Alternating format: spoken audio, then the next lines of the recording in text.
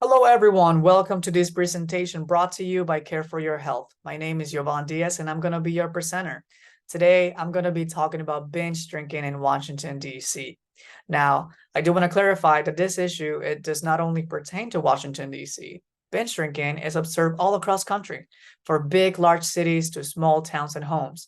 So today, I hope that you learn the most important aspects of this issue and that you're able to share it with others so we make a change. So we're going to start. What is binge drinking? I'm pretty sure the most of you have binge watched a show. What do? You remain seated in one place and you watch several episodes of this show because it was entertaining and engaging, and you didn't have anything else to do, probably. Binge drinking is considered one of the most common and costly patterns of excessive alcohol use. Why is it costly? Because you are paying a price for the alcoholic beverage that you are getting. This is a practice that is observed mainly in males and females, and we don't know the exact reason why this is mainly observed in this exact specific population. Whatever the reasons are for this to occur, we know that binge drinking is not healthy because when you drink and under the influence of alcohol, you're no longer the person you are.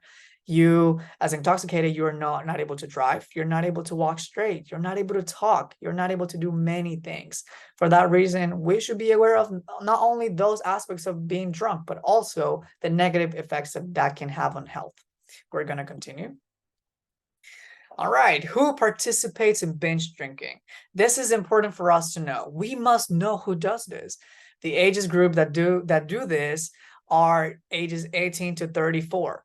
This is concerning because we have a specific age group. What are everybody else doing? Well, we're going to find out. Like I mentioned to you, this is a pattern observed mainly in males more than females. And we don't understand the reason why. My personal assumption is that a husband may have his wife taking care of his children while he goes out with his friends to drink. And while at the bar, he not only have one drink, but he also has three and five. And depending on the alcohol content that he's consuming, he will become intoxicated. This is not healthy because one possible consequence of this could be domestic violence. A man can go home and start a fight with his wife. And this could end terribly if you really think about it. All right, moving forward. I'm going to show you a graph from a statistic back from 2019. We have the percentages on the x-axis, and then we have age group on the y-axis. We see that the first population that engages in binge drinking is high school students from grades 9 to 12. This is crazy. What are these students doing? They're supposed to be learning and preparing for their futures to become someone, the professionals that are going to be a part of the workforce of the country. We don't understand the way that they obtain the alcohol. They could have a person that's over 21 that it's able to buy the alcohol and give it to them. They may go to a party. They may have their parents having some alcohol in their cabinets, or they may have false identification cards. We must be aware of this age group. We also have, they reach 15% in the statistic, which is really high. This is really high for high school students. They're not doing homework. What else are they doing? They might be binge drinking and we don't know it. We're not physically present to know or monitor the everyday operations. The next age group that is concerning on this graph is the 18-year-olds to 24-year-olds. Why, you may wonder? Well, 18-year-olds are not allowed to drink. Most states, if not, all of them, allow people that are 21 to sell, consume, and buy alcohol. 18-year-olds are not within this standards, or they don't fit the description. They are not able to buy alcohol, but yet they are part of this statistic, and they reach nearly 20% of this graph that we're seeing right now. The next group is 25 to 34. This age group makes more sense because people at this age, maybe starting at 24, they may have already finished all their education. They don't have any other responsibilities. They have a high income and they have a home. They might have a house too, and for that reason, they may have a lot of free time and they go out to drink with their friends, maybe happy hour with their coworkers, and maybe that's why they engage in binge drinking. The other age groups also make sense because, like I mentioned, They may have their lives pretty together, and some people are reaching the retirement age. So for that reason, maybe they are not necessarily doing anything else but drinking. And they may purchase their own alcohol to have at home, which is, you decide what to do when you're a person that's older. The ages that must be concerning are the high school students to ages 18 to 24. This age group, we must be very, very concerned about. Let me show you other aspect of this topic. I told you that I was going to talk about Washington, D.C. and binge drinking. The prevalence of this issue in this state is 20.7%. So let me help you understand this percentage a little better. So the population of Washington, D.C. is 5,490,000 people. If you do the math, 20.7% of that number will be 1,136,434 people that are currently engaging in binge drinking. And I'm pretty sure this number, it's not as accurate as it could be. There's many people that do not declare or report that they're binge drinking, or that they actively do it. We know the age groups that participate in these activities. We know that underage people do it, and we know that Washington, D.C. it's a small city, but has a big, large population. This also makes sense because when you live in a city, more businesses and establishments settle so they can provide a service. So the city looks appealing to the public. They create bars, restaurants that have their own bars included. They also have liquor stores and other form of activities that deal with selling and regulation of alcohol, and people do it, and the regulation is not very well enforced. All right, so we talk about teenagers drinking alcohol. This is very concerned. Why do you think their rate is really high? Well, teenagers are more brave. They haven't experienced many things in life, and this makes sense. They're just starting. When they are in high school, they're learning. They're supposed to be becoming someone. They may drink more than 4 to 5 drinks than a regular adult. Why? Because maybe they're looking for the thrill of it all. Maybe they wanna experience what an adult experience. They see shows on the TV or movies of people drinking, and they want to feel it. They want to experience it, and they gather their friends, and they may convince them to engage in this behavior.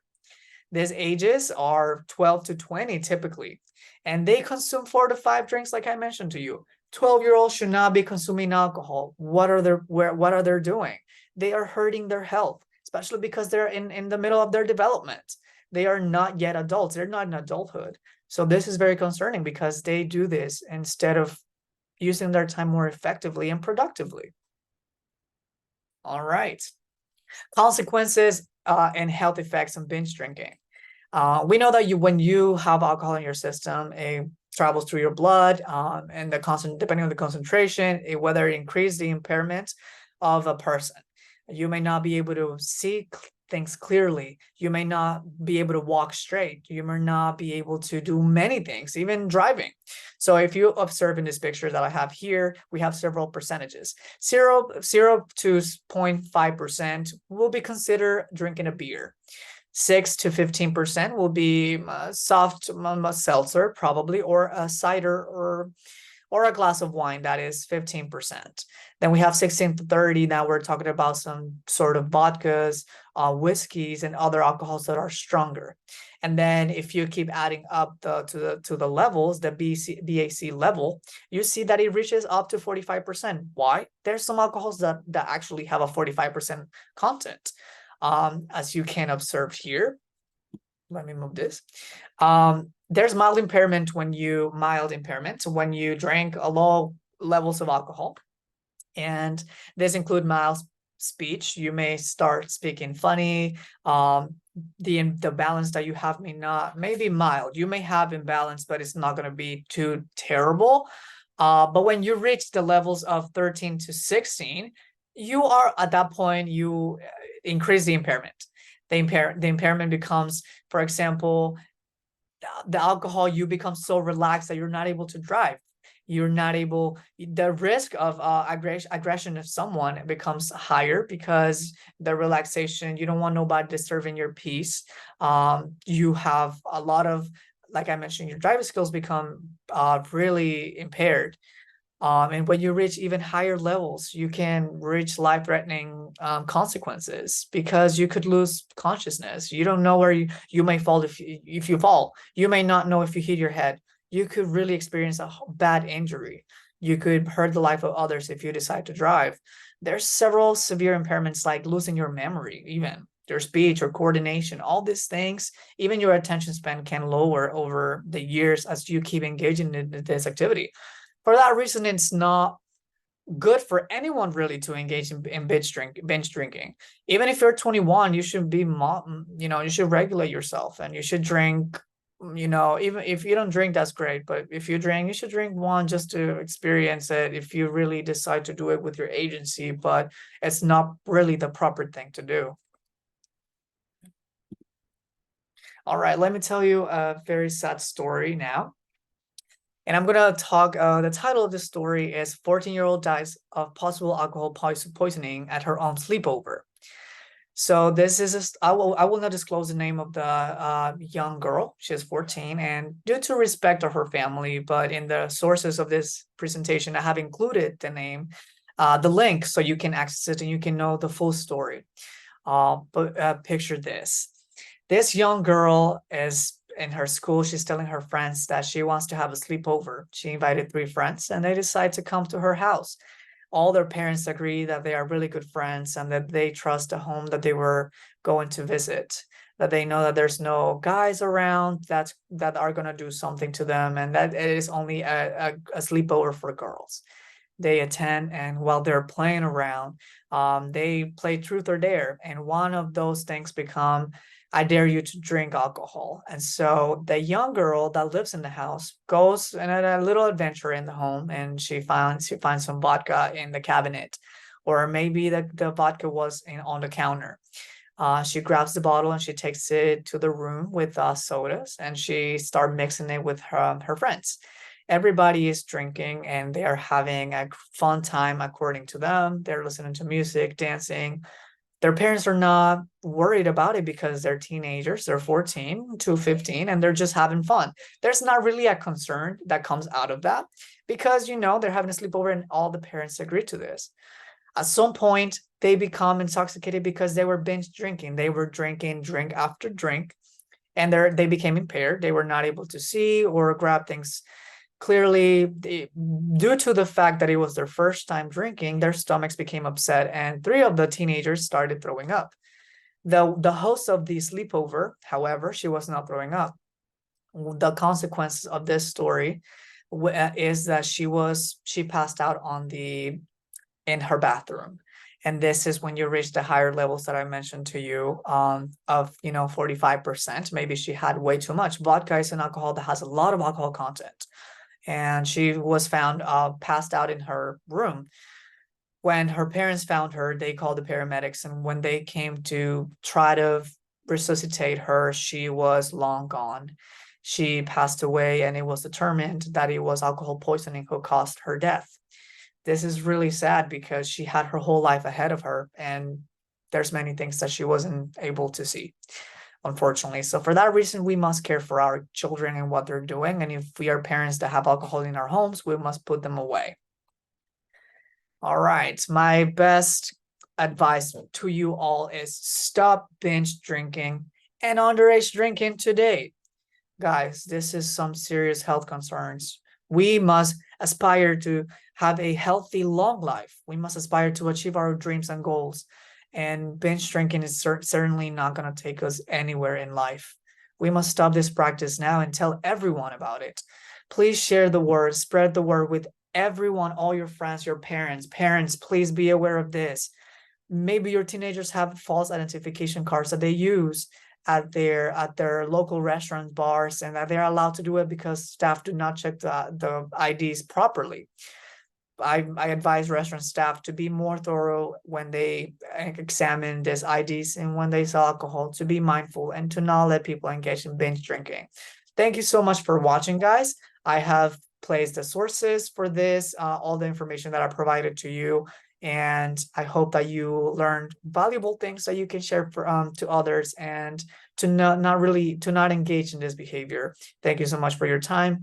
And this is Yovan Diaz from Care for Your Health.